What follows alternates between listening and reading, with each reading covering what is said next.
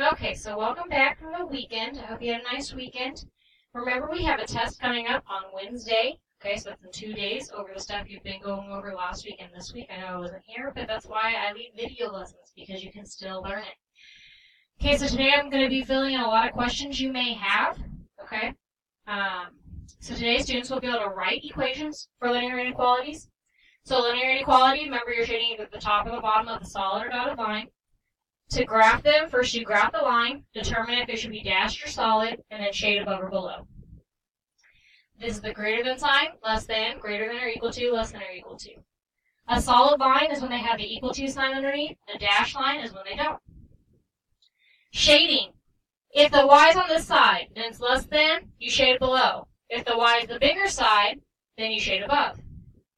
Okay, so let's look at your worksheet for today. Alright, so I'm going to go over a couple of these with you, but you're going to do most of this on your own. There's only 14 questions. This one, which linear inequality corresponds to the graph below? Well, you can type these into your calculator with y equals, instead of the y is greater than or less than. See which graph matches up. With this one, since they're all going the same direction, they're all underlined, it should be very easy to figure out which one this goes to. Number 2, which linear inequality has the graph that is shown below? Again, you would type this in, but in this one you're going to need to pay a little more attention. Okay, is it solid or dotted? Which one should it be? Okay, is it going to be shaded above or below? Remember, if this is going towards here, it goes below. If the bigger sign is going to y, you shade above. Okay. Next one. Prove that -3 and -5 is a solution for one of the inequalities.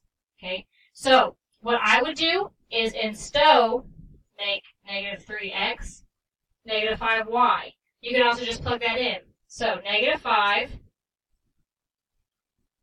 is less than, what's 3 times -3? -9. Is this true? Is -5 less than -9?